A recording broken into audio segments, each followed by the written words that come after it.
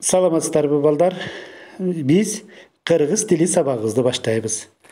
Биздин бүгүнкү кыргыз тили сабагыбыз окутуу кыргыз тилинде жүргүзүлгөн мектептердин 11 класстары үчүн арналмакчы. Биз бүгүнкү сабакта аналогиялар жөнүндө кеп кылабыз балдар. Сиздер менен Аксай районундагы Темиркул Металлиев атындагы номер 35 жалпы орто билим берүү мектебинин кыргыз тили жана адабияты мугалими Атаканов Үзен Боронбаевич болмокчу. Балдар, демек бүгүнкү биздин сабагыбыздын темасы байланыш түрлөрү деп аталат. Байланыш түрлөрү демекчи балдар, бул жерде аналогиялардын ортосундагы байланыштар жөнүндө кеп болот. Бүгүнкү сабагыбызда биз аналогиялардагы байланыш түрлөрү, алардын ичинен бүтүн менен бөлүктүн катышы, шайман жана ал аркылуу жасалган иш байланыштары жөнүндө түшүнүк алабыз. Аналогиялар боюнча түшүнүктөрүбүздү андан ары да тереңдетебиз. Тесттик иштерди иштөөгө көнүгөбүз, кеп байлыгыбызды, логикалык ойлообузду, өз алдынчалуулугубузду өстүрөбүз. Сабырдуулукка, терең ойлоно билүүгө тарбияланабыз балдар. Балдар, мен сабагыбыздын башында силерге атайын логикалык табышмак менен кайрылгым келип турат. Анда эмесе ушул логикалык табышмактын жообун табалы балдар. Асманда бар, жерде жок. Ваннада бар, көлдө жок. Энеде бар, балада жок. Нарыда бар, бериде жок. Сенде бар, менде бар. Экөөбүздө эмне бар? Ойлонолучу балдар. Кайра кайталайм. Асманда бар, жерде жок. Ваннада бар, көлдө жок. Энеде бар, балада жок. Нарыда бар, бериде жок. Сенде бар, менде бар. Экөөбүздө эмне бар? Кана балдар, логикалык табышмактын жообун таптыңыздарбы? Азаматсыңар. Силер дароо эле тапкан болушуңуздар керек. Анда эмесе логикалык табышмактын туура жообуна көңүл бөлөлү.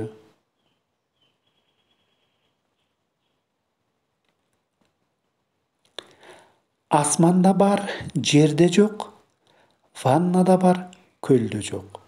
Энеде бар, балада жок. Нарыда бар, бериде жок. Сенде бар, менде бар. Экөөбүздө эмне бар?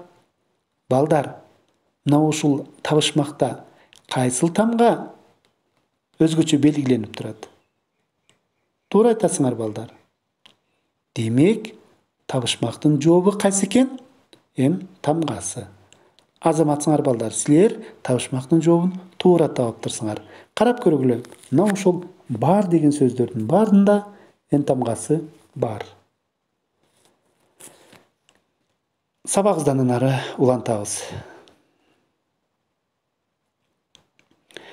Балдар, биз өтүлгөн теманы эске түшүрүү жана бышыктоо максатында көнүк иштеп көрөлү. Бул көнүгүдө биз үлгү жуптагы байланышка карап сөздөргө жуп сөздөрдү таап жазабыз. Демек, бизге үлгү жуптар берилет. Мына ошол үлгү жуптарды пайдаланабыз. Анда эмесе А бөлүгүнө көңүл бөлгүлө. Үлгү жуп ылдый, төмөн. Ал эми берилген сөздөр бөрү, кубаныч, күсө. Б бөлүгү берилген жуп ырак, жуук. Ал эми сөздөр ашык, күнгөй, калаа. В бөлүгүндө берилген үлгү жуп ачыкка, токчулук. Ал эми сөздөр мол, коркок, жапыз. Балдар, берилген сөздөрдүн жууп сөздөрүн табыш үчүн биз үлгү жуптарга маани берели. Алардын арасындагы байланышты табалы болу. Анан биз кийин сөздөрдүн жубун оңойрок тапкан болобуз. Көнүгүүнү жеңил иштейбиз балдар. Кана таптыкпы, азаматсыңар балдар? Эми ушул тапкан жообубузду биз туура жооп менен салыштырып көрөлү. Өзүбүздү текшеребиз балдар. Үлгү жуптагы байланышка карап жазылган жуп сөздөргө көңүл бөлөлү. А бөлүгү. Үлгү жуп кайсыл эле? Ылдый төмөн. Демек, ылдый төмөн деген үлгү жуптагы сөздөрдүн ортосунда кандай байланыш бар? Азаматсыңар балдар, синонимдик байланыш бар. Анда эмесе сөздөрүбүз кайсы экен? Бөрү, карышкыр, кубаныч, сүйүнүч, күсө, эңсе. Ал эми Б бөлүгүндөчү үлгү жуп ыраак, жуук. Бул жерде кандай байланыш бар? Ой азаматтар, туура айтасыңар. Демек, антонимдик байланыш бар. Анда сөздөргө карап көрөлү. Ашык, кем, күнгөй, тескей, калаа, айыл. Эми 3-чү бөлүктү карайбыз. Ачка, токчулук. Карап көрөлү балдар. Мында биз 2-чи сөзгө маани берели. Токчулук. Демек, сынатооштон зататоош жасалып атат. Ачка. Ушул сөздүн антоними болгон сынатоош кайсыл? Ток. Демек, зататоош жасалып атат. Эгерде биз уңгунун өзүн карай турган болсок, ачка, ток булар антонимдик байланыш. Анда сөздөрдүн жообу кандай болот? Мол, жокчулук. Коркок, баатырдык. Жапыз, бийиктик. Балдар, биз мындан мурунку сабагыбызда аналогияларда синонимдик жана антонимдик байланыштар жөнүндө кеп кылган элек. Силер жоопту туура таптыңыздар деп ойлоймун. Азаматсыңар, анда сабагыбыздан нары уланталы. Балдар, биз жаңы тема менен таанышалы. Демек, аналогияларда бүтүн менен бөлүктүн катышына токтололу. Бүтүн менен бөлүктүн катышы аналогиялардын маанилүү байланыш түрлөрүнүн бири болуп саналат. Бул байланышта эки сөздүн бирөө бүтүнү же толугу болуп, экинчиси биринчисинин бир бөлүгү же майдасы болуп эсептелинет. Демек, биринчиси бир бүтүн же толугу болсо, ал эми экинчиси анын бөлүгү же майдасы болот экен. Мисалга көңүл бөлөлү. Бак. Бак биз бүтүн деп карап көрө турган болсок, ал эми бутак анын бөлүгү. Велосипед бир бөлүгү дөңгөлөк. Дененин бир бөлүгү бут. Бүтүн бөлүк катышынын түрлөрү балдар. Бул байланыштын айрым өзгөчөлүктөрүнө көңүл буруп, анын түрлөрүн билүү өтө маанилүү. Биз анын түрлөрүн жакшы өздөштүргөн болсок балдар, анда берилген тесттик көнүгүүлөрдү оңой эле иштеген болобуз. Бүтүн зат жана анын бөлүнүшү. Бул жерде балдар, кандайдыр бир зат же башка бир абстрактуу түшүнүк баарына маалым болгон башка бир бөлүктөргө бөлүнүшү мүмкүн. Демек, кандайдыр бир зат же абстрактуу түшүнүк баарына маалым болгон башка бир бөлүктөргө бөлүнүшү мүмкүн экен. Мисалды карап көрөлү балдар. Үй. Үй кандай бөлүктөргө бөлүнүшү мүмкүн? Демек, үй бөлмөлөргө бөлүнөт. Же болбосо үйдүн бөлмөлөрдөн туранын баарыбыз билебиз. Область, район. Областта сөзсүз түрдө райондордон турат. Алфавит тамга. Тамгалардын жыйындысы алфавитти түзөрү бизге белгилүү балдар. Демек, мына көрдүңүздөр, биринчи зат жана анын бөлүктөрүнө токтолдук балдар. Зат жана анын мүчөсү бөлүгү. Мында кандай болор экен кана? Көңүл бөлөлүчү. Бул байланышта көбүнесе жаныбарларды жана алардын мүчөлөрүн, башкача айтканда, аларга таандык нерселерин мисал келтирсек болот. Бирок, албетте балдар, башка жансыз буюмдар дагы буга мисал боло алат, же болбосо бул түргө кирет. Мисалы, чымчык, тумшук. Демек, чымчыктын бир мүчөсү тумшук. Аю, таман. Кой, туяк. Уй, мүйүз. Жылкы, жал. Бул жаныбарлар. Эми буюмдарга көңүл бөлөлү. Эшик, тутка. Стол, бут. Араба, дөңгөлөк.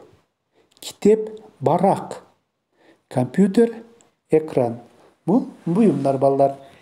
Демек, анын бөлүктөрүнө биз маани бердик деп ойлойм.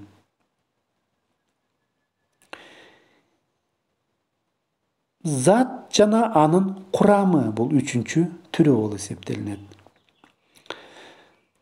Мындай байланыш көп учурларда адамдар тарабынан жасалган кандайдыр бир затты жана аны жасоодо эмне колдонулгандыгын көрсөтөт.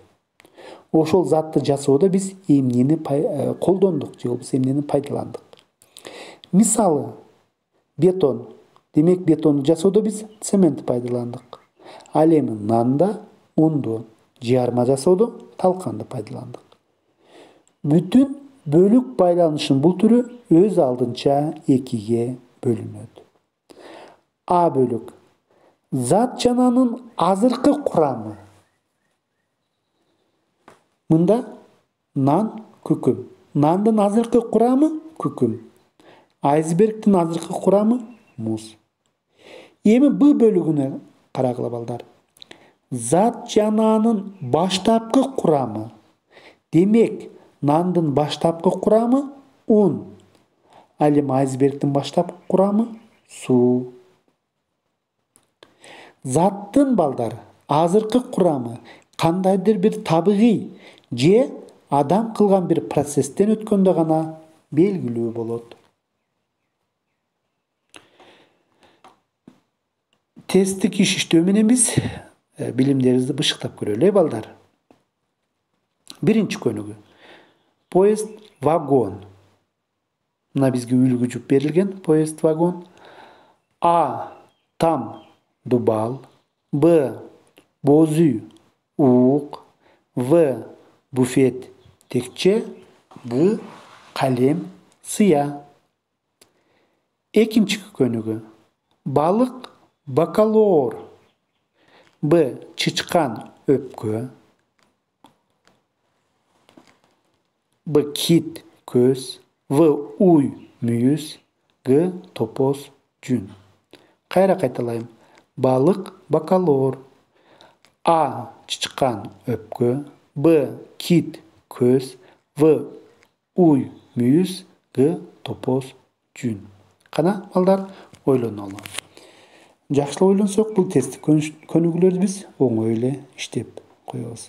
Анткени жогоруда бул тест боюнча негизинен биз кеп кылдык, балдар. Кана тесттик иштин туура жоопторуна назар салалы. Биринчи көнүгүүнү карап көрөбүз. Поезд, вагон. Мында туура жооп буфет, текче.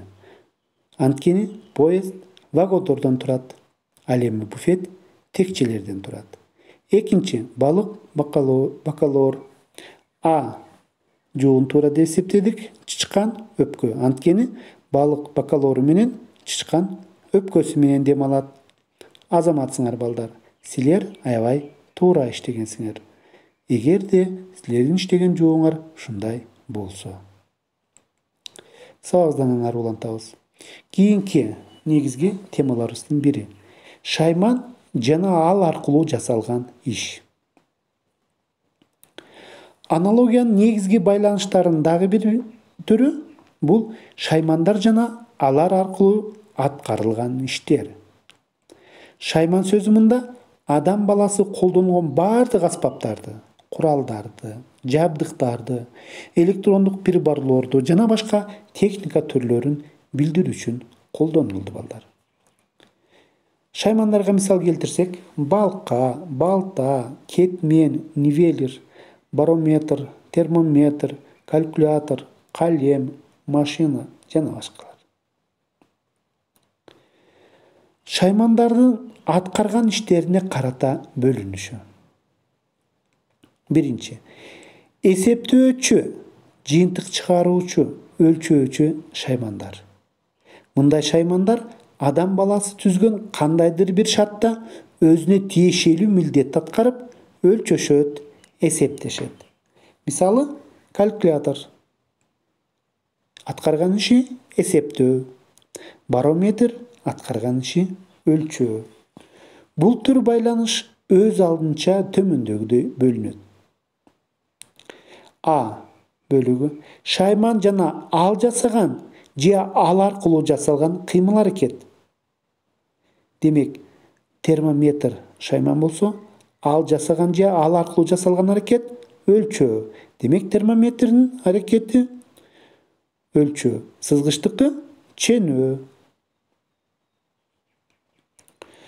Б бөлүгү шайман жана ал эсептеген же ал аркылуу эсептелген нерселер. Барометр эмнени эсептейт балдар? Басымды эсептейт. Калькулятор санды эсептейт. Сызгыч узундукту эсептейт.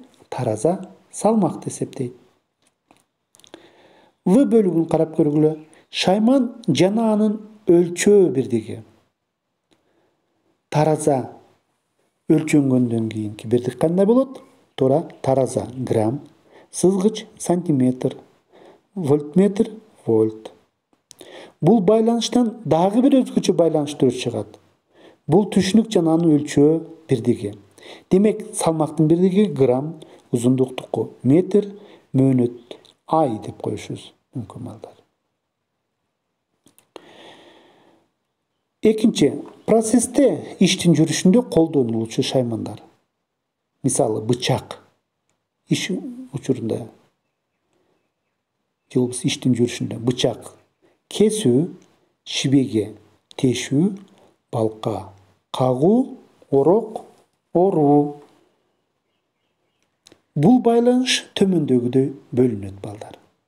А бөлүк шайман жана анын негизги милдети: бычак кесүү, сызгыч ченөө.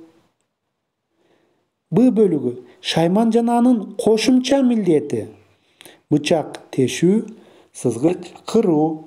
Демек, балдар, бычактын негизги милдети кесүү болсо, анын кошумча милдети тешүү болушу мүмкүн. Себеби биз бычак аркылуу да кайсы бир нерселерди, заттарды тешишибиз мүмкүн. Сызгычтын негизги милдети ченөө болсо, сызгыч менен биз кандайдыр бир нерселерди кырышыбыз да мүмкүн. Демек, кыруу анын кошумча милдети болушу мүмкүн. Тесттик иштөө менен биз алган билимдерди бышыктап көрөлү балдар. Биринчи көнүгүү: принтер басуу. А. Компьютер ойноо. Б. Калькулятор эсептөө. В. Саат тагынуу. Г. Калем чийүү. Экинчи көнүгүү: үлгү жуп, күрөк казуу. А. Топ жүгүрүү. Б. Экран көрүү. В. Кайчы тегиздөө. Г. Ответка кесүү. Үчүнчү көнүгүү: басым паскал. А. Тазалык суу. Б. Өмүр убакыт. В. Вольтметр вольт. Г. Курак жаш. Кана ойлонолучу балдар. Мен ишенем, силер бул тесттик көнүгүүлөрдү дароо эле туура табарыңарга. Аракет кылып көргүлө балдар. үлгү жуптардын ортосундагы байланышка сөзсүз түрдө маани беребиз. Эгер алардын арасындагы байланыштын таба албасак, анда биз туура жоопту таба албайбыз балдар. Келгиле тесттик иштин туура жообу менен силердин ишиңерди салыштырып көрөлү. Тесттик иштердин туура жоопторуна назар салабыз. А. Биринчи көнүгүү боюнча айтканда принтер басуу. Мында кайсыл жооп туура деп ойлойсуңар? Азаматсыңар. Б. Калькулятор эсептөө. Демек, принтер кагаз басат, калькулятор эсептейт. Демек, негизги милдет жөнүндө кеп болуп атат. Экинчи көнүгүүдө бизге үлгү жуп күрөк казуу берилген. Демек, туура жооп В. Кайчы тегиздөө. Күрөк менен жерди казууга болот. Ал эми кайчы менен чачты, чөптү жана башка нерселер тегиздөөгө болот. Демек, күрөктүн негизги милдети казуу, ал эми кайчыныкы тегиздөө. Үчүнчү көнүгүү боюнча басым Паскаль. Демек, мында туура жооп Г. Курак, жаш. Паскаль басымдын бирдиги, ал эми жаш курактын өлчөө бирдиги. Демек, адамдын курагын биз айта турган болсок, 50 жашта, 15 жашта, 70 жашта деп айтышыбыз мүмкүн. Азаматсыңар балдар, мен ишенем сиздердин иштеген тесттик ишиңердин жообу дагы биздин мына ушул жоопторго дал келди деп. Азаматсыңар. Эгер туура иштеген болсоңор, мен силерди абдан азамат деп мактаймын балдар. Аны эмесе балдар, үйгө тапшырма алалы.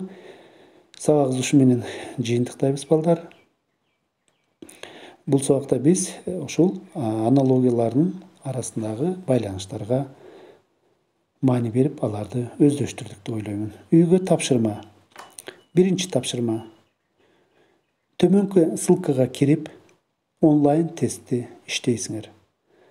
Анын жообун мага жөнөтөсүңөр балдар. Экинчи тапшырма. 3төн окшоштук түзөбүз. 3төн окшоштукту түзүп жөнөтөбүз. Алар ушул ар кимибиз өзүбүздүн окшоштугубузду туура жообун белгилейбиз жана бири-бирибиздин түзгөн окшоштуктарыбызды кийинки сабакта иштеп көрөбүз. Саламатта калыңыздар балдар. Көңүл бурганыңыздар үчүн чоң рахмат. Ушуну менен сабагыбызды аяктайбыз. Кийинки сабакта учурашканча сак саламатта бололу балдар.